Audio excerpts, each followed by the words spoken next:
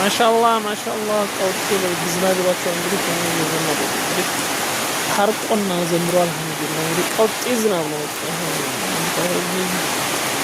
ጓሮዬን እየዘራሁ ነበረ ማነው አረንጓዴ ላደርጋለሁ ብዬ ዝናብ ዘነበልን ማነው። በጣም የሚገርም ነው ዘንድሮ እንግዲህ አረንጓዴ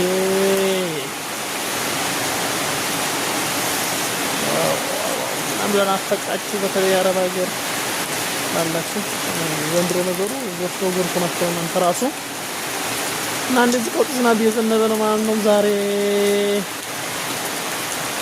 ማሻአላህ ደስ ይላል ዝናብ በጣም ደስ ይላል።